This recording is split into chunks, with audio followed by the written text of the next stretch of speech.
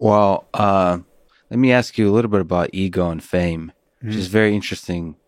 The way you're talking, given that you're one of the biggest intellects, living intellects and minds of our time, and there's a lot of people that really love you and almost elevate you to a certain kind of status where you're like the guru. I'm surprised you didn't show up in a robe. In fact, is there A hoodie. That's isn't that the highest status garment one can wear now? the socially acceptable Yeah. version of the robe? If you're a billionaire, you wear a hoodie.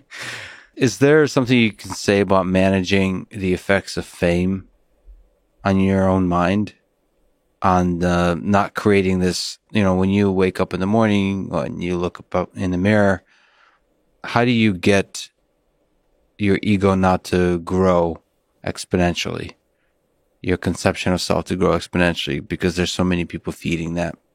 Is there something to be said Well, about this? it's really not hard because I feel like I have a pretty clear sense of my strengths and weaknesses, and I don't feel like it's. I don't feel like I suffer from much grandiosity. I just have there's so many things I'm not good at. There's so many things I will, given the remaining 8,000 days at best, I will never get good at. I would love to be good at these things. So it's easy to feel diminished by comparison with the talents of others. Do you remind yourself of all the things that you're not competent in? They're just on display for me every day that I appreciate the talents of others. But you notice them. I'm sure Stalin and Hitler did not notice all the ways in which they were. This is why absolute power corrupts absolutely. Is you stop noticing the things in which you're ridiculous and wrong. Right. Yeah. No. Not to compare you to Stalin. Yeah. Well, I'm sure there's an inner Stalin in there somewhere. Well, we all have. Hopefully, we all carry a baby Stalin. He wears with better us. clothes. And I'm not going to grow that mustache. Those concerns don't map on. They don't map onto me for a bunch of reasons. But one is I also have a very peculiar audience. I've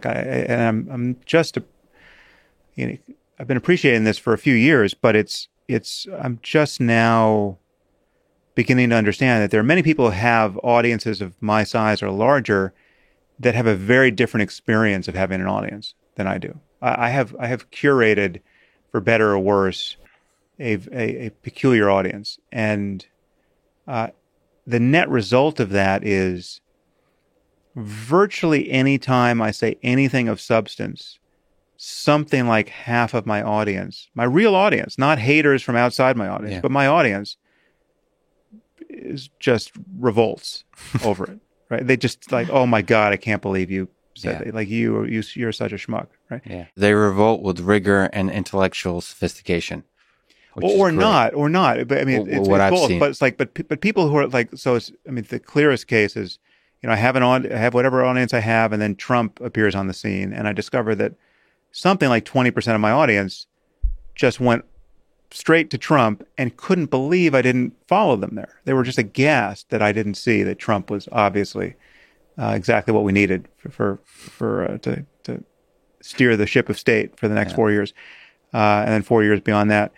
So that's one example. So whenever I said anything about Trump, I would hear from people who loved more or less everything else I was up to and had for years, but everything I said about Trump just gave me pure pain from this quadrant of my audience. But then the same thing happens when I say something about the derangement of the far left. Anything I say about wokeness, right, or identity politics, same kind of punishment signal from again, people who are core to my audience. Like I read all your books. I'm using your meditation app. I love what you say about science, but you are so wrong about politics, and I'm starting to think you're a racist asshole for everything you said about identity politics. And there are so many. And the free will topic is just like this. It's like they love what I'm saying about consciousness and the mind, and they love to hear me talk about physics with physicists, and it's all good. this free will stuff is, I cannot believe you don't see how wrong you are. What a fucking embarrassment you are. But I'm starting to notice that there are other people who don't have this experience of having an audience because they have, Yes. I mean, just take the Trump woke dichotomy. They just castigated Trump the same way I did, but they never say anything bad about the far left. So they never get this punishment signal, or you flip it. They're all about the insanity of critical race theory now. We connect all those dots the same way, but they never really specified what was wrong with Trump, or they thought there was a lot right with Trump, and they got all the pleasure of that. And so they have much more homogenized audiences.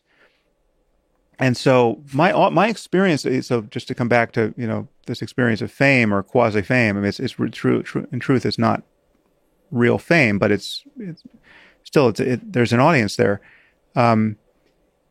It's now an experience where basically whatever I put out, I notice a ton of negativity coming back at me.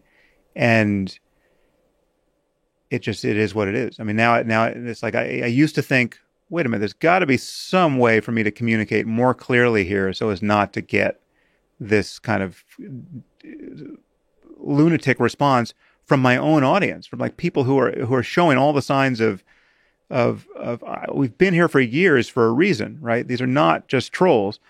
And so I think, okay, I'm going to take 10 more minutes and really just tell you what it should be absolutely clear about what's wrong with Trump, right? I've done this a few times, but I think I got to do this again. Or wait a minute, how are they not getting that these episodes of police violence are so obviously different from one another that you can't ascribe all of them to yet another racist maniac on the police force, killing someone based on his racism. Last time I spoke about this, it was pure pain, but I just got to try again. Yeah. Now, at a certain point, I'm starting to feel like, all right, I have to cease. Again, it comes back to this expectation that there shouldn't be fires. Right. Like I feel like if I could just play my game impeccably, the people who actually care what I think will follow me when I hit Trump and hit free will and hit the woke and hit whatever it is, how we should respond to the coronavirus. Vaccines, are they a thing, right? Yeah. Like there's such derangement in our information space now that, I guess, some people could be getting more of this than I expect, but I just noticed that, many of our friends who are in the same game have more homogenized audiences and don't get, they've successfully filtered out the people who are going to despise them on this next topic. And I would imagine you have a different experience of having a podcast than I do at this point. I'm sure you get haters, but I would imagine you're more streamlined. I actually don't like the word haters because it kind of presumes that it puts people in a bin. I think we're all have like baby haters inside of us and we just apply them, and some people enjoy doing that more than others for particular periods of time. I think you can almost see hating on the internet as a video game that you just play and it's fun, but then you can put it down and walk away. And no, I certainly have a bunch of people that are very critical. I can list all the ways. But does it feel like it on any given topic? Does it feel like it's an actual tidal surge where it's like 30% of your audience, and then the other 30% of your audience from podcast to podcast? No, That's happening to me all the time now.